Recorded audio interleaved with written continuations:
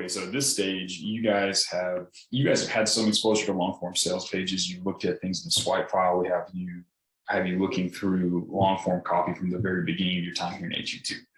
Now, you've probably picked up on a few things. There's a few commonalities across all the sales pages, but I'm going to give you sort of a rough outline of what typically happens in a sales page, what each section is, and what the purpose is. Now, you need to understand this is a very loose outline. Not all sales pages have all these elements, not all of them have them in the same order. Some have extra elements. It doesn't matter, right? There's a lot of different ways to accomplish the same thing, but all of these sales pages are going to accomplish the same overarching goals, which is they're going to captivate the reader's attention. They're going to shift beliefs and teach new lessons, and they are going to help the reader decide to buy the product if they are sort of a good fit, right? Now I'm going to talk about each section of this outline that I'm giving you. And again, this is a rough outline. I may add things to this in the future. You may pull up the Google Doc that's shared inside the sprints, and there might have additional or less items to be refined. But that being said, these are the main elements of a sales page.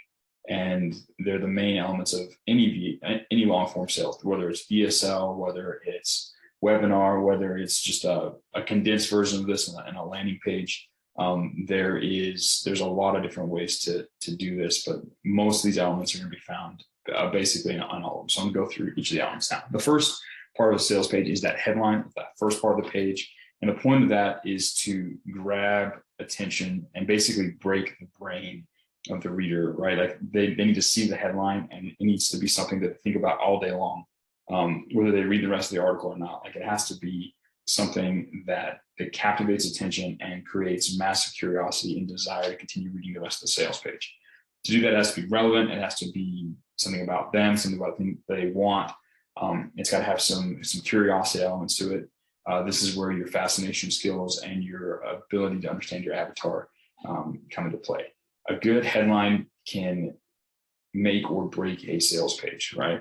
I'm going to be talking about in another sprint how to come up with good headlines, but we know that the headline is that first part, and it's in many ways one of the most important parts of a sales page. The next part, the next third of the sales page of the long form copy is the lead, right? Now the lead is, it's very much like the different types of short form copy that you've experienced so far. It's really going to be very similar to DIC or PAS, right? The point of this is to connect with the reader, help them understand that you understand them, that they're like known, seen, felt, or whatever, right? Like that you can relate to them, you understand their pain. You're going to make big promises about the dream state that you can help them provide. You're going to tease the mechanism or sort of that law of nature that's going to solve the part of the problem that they need to solve to get their dream state. You're going to tease that in a way that makes them want to keep reading. You're going to open loops and create some open-ended intrigue and curiosity here so that they read the rest of the sales page. A lot of you guys ask, like, well, do people really read these long sales pages? They do for curiosities, right?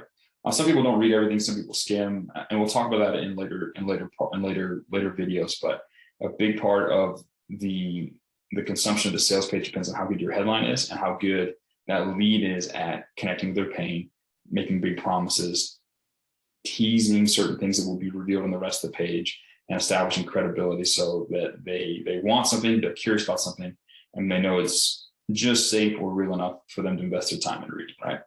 Once you've accomplished then the lead, then you go to what's known as the body, or sort of the main part of the sales page. Now the goal of the body is the whole point is to shift their beliefs. You're basically red pilling them on how the world really works, right? They want this dream state, but they can't have it, or they haven't figured out how to have it yet. And it's because they don't understand something about how the world works. There's some beliefs they need to fix. There's some insights they need to have and the path they need to take. The body is going to reveal what they need to do to get their dream state, but not necessarily how to do that thing, right? Another thing that happens in the body is you are going to oftentimes use a discovery story where it's told through the point of your guru or some other person of how they discovered the solution. So it's a chance for you to use storytelling to take the reader on an emotional journey where they get to experience some of the same emotions and discover some of the same things that the guru did as they discovered or came across the solution that they're presenting inside the product, right? So you're going to introduce the guru, you're going to preview. Usually if you're going to be doing storytelling, you don't always have to use a story here, but if you do, you're going to usually like slap them with a height of drama. So the moment where it's most interesting, exciting, or dangerous, you're gonna usually slap that right in front of them. So you open that loop and make them want to read the rest of the story. You show the person's struggles, right?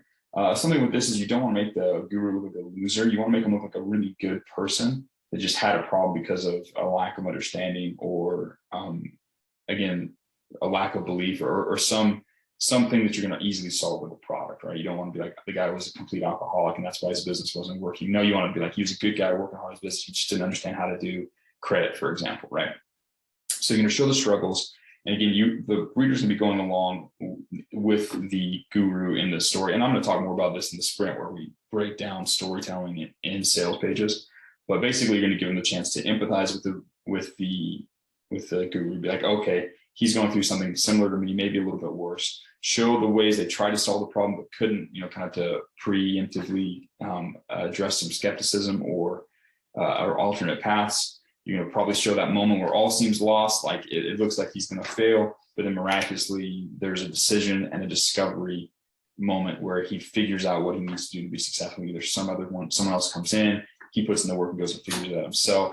Somehow, some way he finds a solution. He understands how the world works. He understands this mechanism. He's able to then go and experience the dream state, right? And you're going to give them the story, and usually this discovery story allows them to see how this goes. Like they get to experience the roller coaster of the emotions and get to kind of get a glimpse of what it'll be like when they solve this problem for themselves. With this, again, they should read this part of the sales letter and be like, wow, my life has completely changed. I know what I need to do now. I know what's holding me back. I know what I need to do, but they should have a million questions about how to do it. And they should have some doubt in their ability to do it by themselves. That's how they should, they'll walk in the body excited to learn, and they'll walk out of the body section with their mindset shifted. They'll probably tell all their friends about it for the rest of the day/week. And they'll be eager to figure out how to actually implement the solution to their problem that they just discovered in that body section, right? You're making claims and then you're going to be backing up with proof, like within the story and with other proof elements. Again, that's something I'll talk about more in the body section, but that's what happens in that middle section of the copy. Once you're doing that, then you move to what's called the close, right?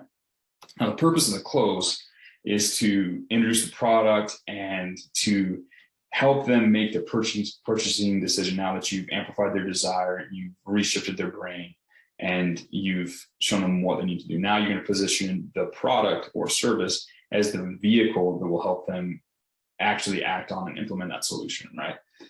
So you're going to introduce the product, you're going to show how it taps into the mechanism, you get the dream state, you're going to tease contents, right? This is very important, right? Like you're not going to just reveal explicitly what's on the inside. You want to create massive FOMO and curiosity about what the actual contents are. Like if it's modules or their attributes of the thing, you're going to want to use fascination bullets here and bullet points, right? Like this is where the bullet point comes from to tease that, tease what's on the inside. Like if you go look at the table of contents of any of Dan Kennedy's books, they're just giant fascination bullets. They tell you what's inside, but they also just make you massively curious to actually read what's inside, actually go discover what's there. So they've got massive desire, right? They know about their pain, they know about the dream state. They just reshifted their beliefs. They know what they need to do. So they're pretty on board with purchasing. If you douse that with just insane, if you douse that fire of desire with insane curiosity here at this point, it makes it really easy for them to want to buy, right? It'll drive them over the edge.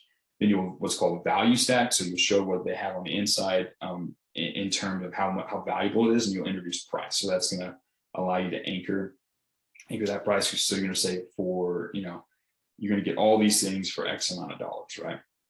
Then you're going to stack additional value with bonuses. Usually we say, and that's not all, you also get X, Y, Z. You've seen this in like late night infomercials. The reason they do that is because it works. You can do it tactically. But what happens is, and I'll cover this more in detail in the video, but in the other sprints, but once you set the price for the main contents and then turn around and stack bonuses on top, they see that as pure profit, value profit in their brain. They're like, okay, I'm paying this much I'm paying, let's say $397 for this much value, but then he's stacking on an extra $1,000 of value after that. It's all pure, like the rest of that is just pure profit they're getting for free in their mind. It's just how human brains work. It helps them make decisions. So you definitely do that. Then you'll also, in the close, you'll probably introduce a guarantee or a risk reversal or the lack thereof, right? You're going to do, again, at this stage, we're just trying to pull some of the levers to make this decision as easy as possible. One of the ways to do that is to reverse risk with a guarantee. This is where you would do your guarantees. Also, this is where you want to hit scarcity or urgency, right? If it's real and if it's available, you're going to say there's only a limited number of slots / products, slots / actual inventory, or this is going to end. I'm going to not give away the bonuses. I'm not going to sell this product after X date, right? You want to add some urgency. And then there's a bunch of different ways, different closes. I'm a big fan of the 3-way close. You'll probably do that a lot. So you'll present them with the 3 paths to have. You can either go back into the world and stay blue pilled. You can try and figure it out by yourself and take 10 or 20 years, or you can just buy this product and get the dream results quickly and easily as possible while avoiding all the problems, right? And then you're going to dump the testimonials. Oh, also, yeah, down here is like above, like once you actually tease the product, that's typically when you drop the testimonials and then you introduce the price.